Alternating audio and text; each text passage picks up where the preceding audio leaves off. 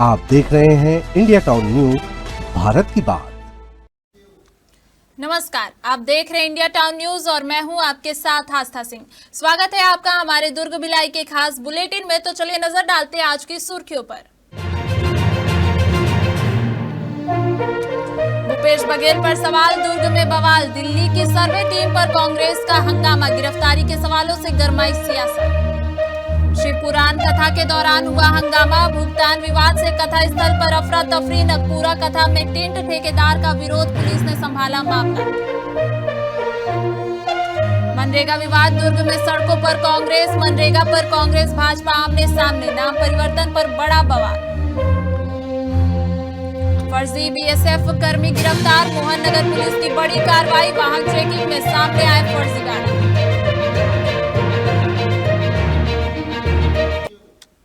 चलिए बढ़ते हैं खबरों की ओर। केंद्र सरकार द्वारा शासकीय योजना मनरेगा का नाम बदलकर विकसित भारत गारंटी फॉर रोजगार एंड आजीविका मिशन ग्रामीण यानी VVGRAMG करने के फैसले के विरोध में दुर्ग में कांग्रेस ने जोरदार प्रदर्शन किया। बड़ी संख्या में कांग्रेस कार्यकर्ता महात्मा गांधी प्रतिमा के सामने एकत्रित हुए और केंद्र सरकार के फैसले के खिलाफ अपना आक्रोश जताया। बताया जा रहा है कि यह नाम परिवर्तन संबंधी विधेयक संसद के दोनों सदनों से पास हो चुका है, लेकिन कांग्रेस इसे राष्ट्रपिता महात्मा गांधी का अपमान और ग्रामीण गरीबों के रोजगार अधिकार पर हमला बता रही है। प्रदर्शन के दौरान कांग्रेसियों ने महात्मा गांधी की प्रतिमा पर माल्यार्पण किया और जमकर नारेबाजी की। साथ ही केंद्र की भाजपा सरकार से फैसला वापस लेने की मांग करते हुए सद्बुद्धि देने की अपील की। आपको बता दें कि 16 दिसंबर को संसद भवन से शुरू हुआ यह विवाद अब देश भर में फैलता नजर आ रहा है। कांग्रेस का आरोप है कि मनरेगा से महात्मा गांधी का नाम हटाना राष्ट्रपिता का अपमान है और यह योजना को कमजोर करने की कोशिश है। ये विरोध इस बात को लेकर है कि भारतीय जनता पार्टी की केंद्र सरकार के खिलाफ जन आक्रोश बना हुआ है, क्योंकि ये सरकार जब से सत्तारूढ़ हुई है तब से लगातार कांग्रेस शासन की जितनी भी योजनाएं थी उन योजनाओं का नाम बदलकर अपनी योजना अपने नाम पर करते चली जा रही है। और ये अभी उन्होंने हद कर दिया, महात्मा गांधी ग्रामीण गारंटी रोजगार योजना ये योजना नहीं है, ये कानून है, एक अधिनियम है। पहले तो इसमें कार्य दिवस कम किए, फिर मजदूरी कम की, अब योजना का नाम बदलकर विकसित भारत जी राम जी कर रही है।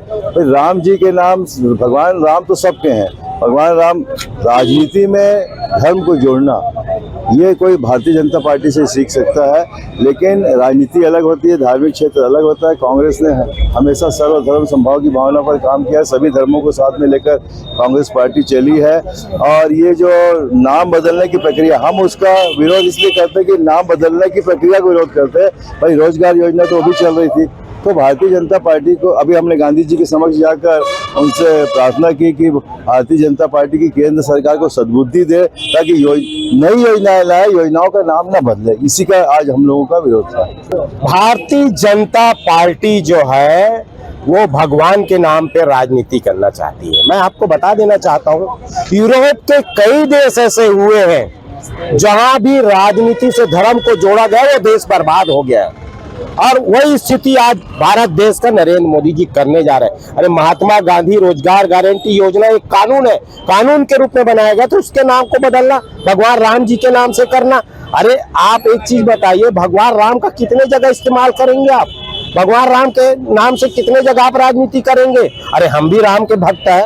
भगवान रामचंद्र जी जब इस पृथ्वी में जब पैदा हुए थे तो राजपूत कुल में पैदा हुए थे, क्षत्रिय कुल में पैदा हुए, हम तो खुद उसी कुल से आते। और यहाँ जितने भी खड़े हैं कांग्रेसी जो विरोध कर रहे हैं, इनके जो अभी नाम बदला है उसका, तो सब राम के मानने वाले, लेकिन आप भगवान राम के नाम पे राजनीति कर रहे हैं। आपको ये बता देना चाहता हूँ कि आज से कुछ दिन पहले हम लोग 8 महीना पहले यही मनरेगा के लिए हम लोग ने आंदोलन किया था, कलेक्टर घेराव किया था जौआ रापा लेके।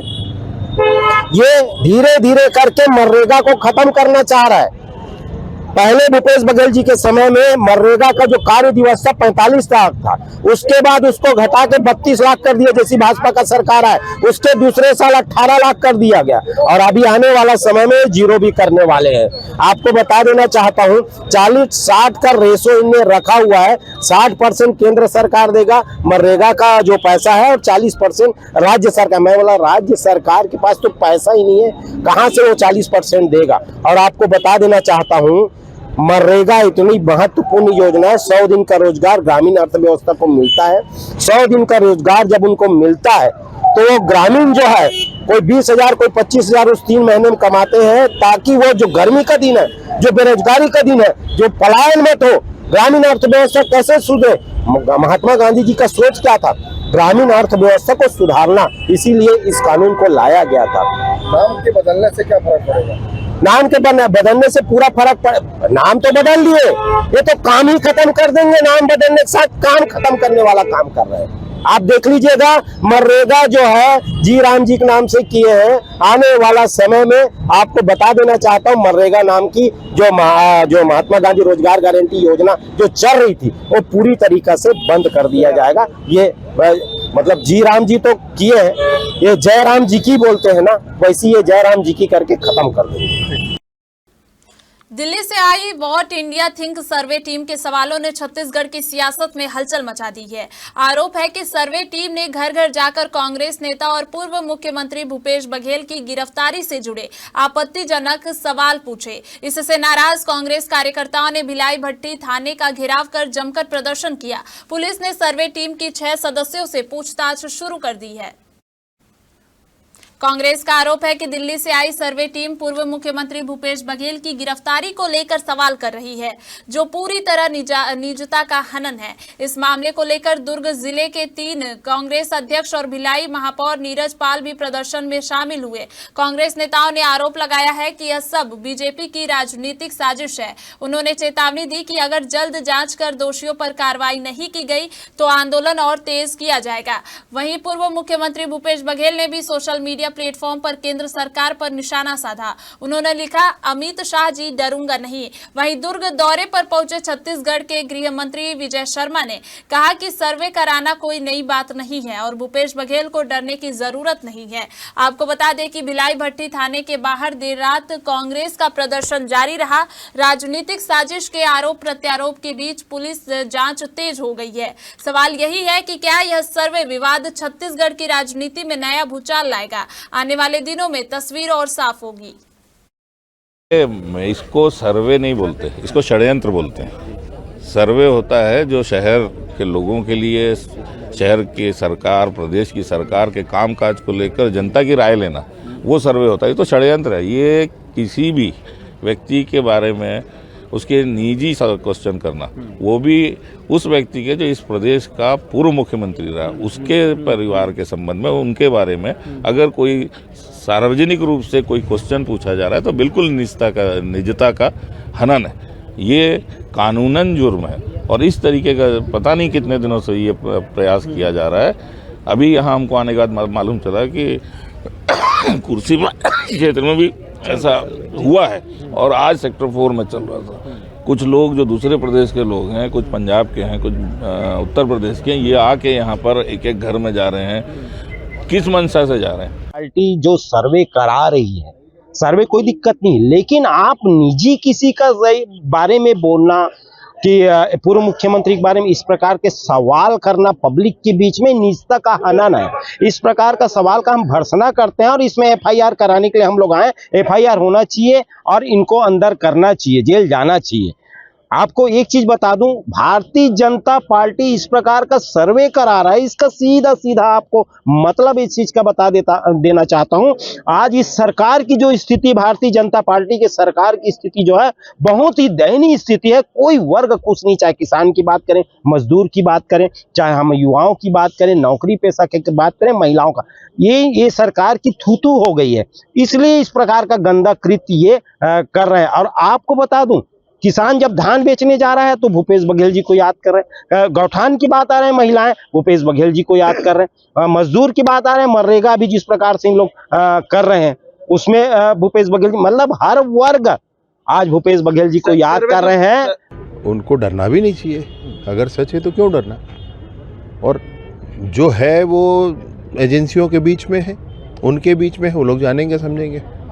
मेरा सिर्फ इसमें ये कहना है कि ये कोई नई चर्चा है ऐसा तो मुझे नहीं लग रहा है। ऐसा मैंने कई बार समाचार पत्रों में, ऐसा मैंने कई बार टीवी चैनलों पर देखा है। अभी जो भी होगा केंद्रीय एजेंसियां हैं वो जानेंगे। देखिए, दिलगेट वेट्स प्राइवेट लिमिटेड जो गाजियाबाद की कंपनी है, उनके द्वारा वॉइस इंडिया थिंग्स के नाम से कुछ प्रश्नावली बना करके और यहाँ पे सेक्टर 4 में उनके लगभग 2 महिला और 4 पुरुष 6 व्यक्तियों के द्वारा प्रश्नावली बना करके और लोगों से क्वेश्चनर तैयार किया जाकर के उनके जवाब मांगा जा रहा था और सर्वेक्षण किया जा रहा था। उस सर्वेक्षण में पूर्व मुख्यमंत्री भूपेश बघेल जी के संबंध में कुछ प्रश्नावली थी, जिनको लेकर के कांग्रेस के कार्यकर्ता और कांग्रेस के जिलाध्यक्ष के द्वारा आपत्ति व्यक्त की गई है और उसमें उक्त अनधिकृत प्रश्नों को जोड़ करके और निजी प्रश्नों के आधार पर प्रश्नावली तैयार कर वो पूछे जाने पर आपत्ति व्यक्त करते हुए उसके संबंध में एक लिखित शिकायत उनके द्वारा दी गई है।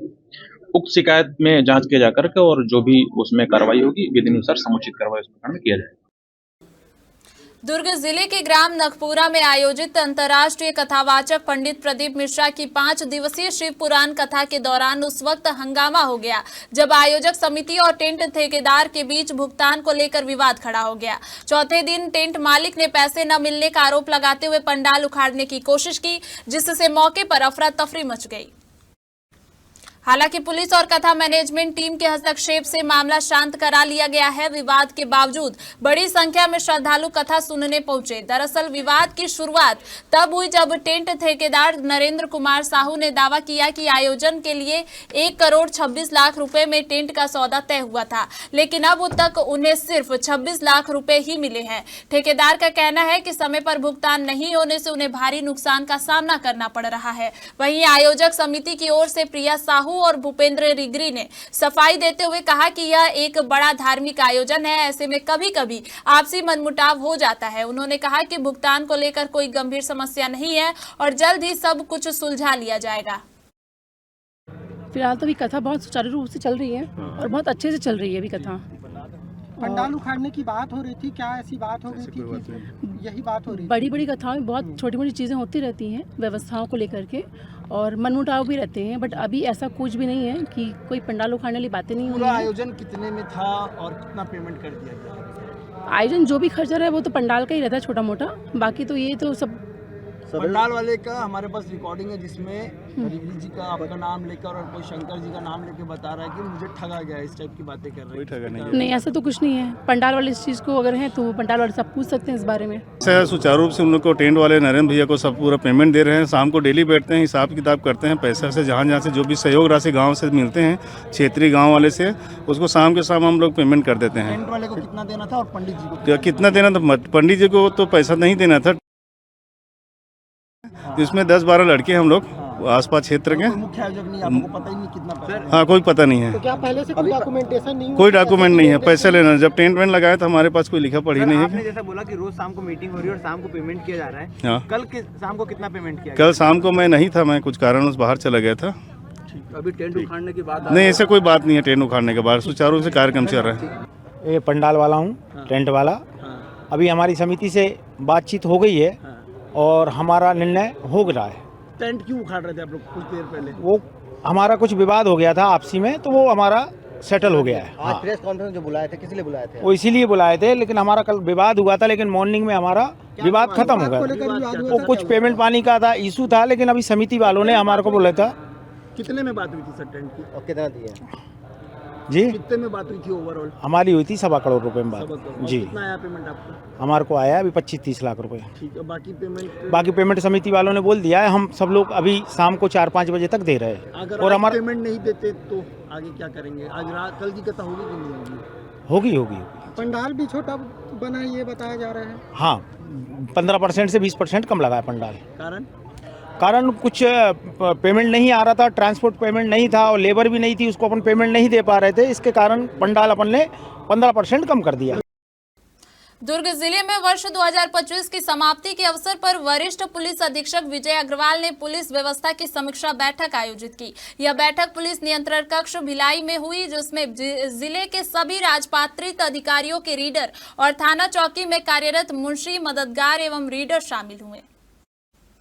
बैठक में वरिष्ठ पुलिस अधीक्षक ने अधिकारियों को आम जनता के साथ शालीन व्यवहार करने, उनकी समस्याओं को धैर्यपूर्वक सुनने और तत्काल निराकरण करने के निर्देश दिए। उन्होंने वर्ष 2026 में पुलिस कार्यों को और अधिक डिजिटल बनाने पर विशेष जोर दिया।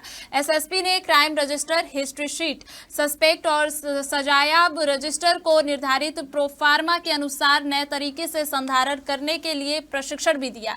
इसके अलावा लंबित पत्रों के शीघ्र निराकरण और पुलिस कार्यालय से प्राप्त पत्रों का समय सीमा में जवाब देने के निर्देश दिए गए। इस बैठक का उद्देश्य जिले में कानून व्यवस्था को और अधिक सुदृढ़ करना और पुलिस सेवाओं को नागरिकों के लिए और अधिक प्रभावी और पारदर्शी बनाना बताया गया।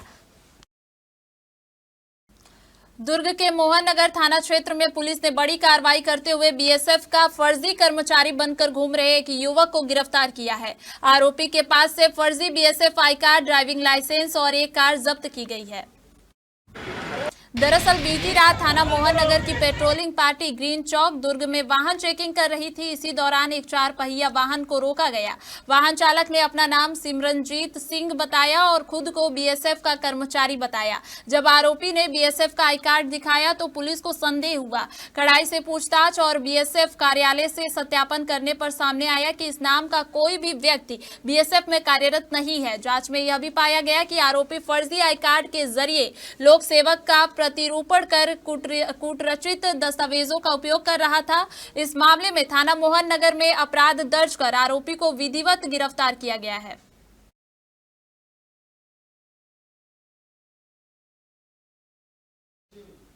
हमारे दुर्ग भिलाई के बुलेटिन में फिलहाल इतना ही। देखते रहिए इंडिया टाउन न्यूज, भारत की बात। नमस्कार।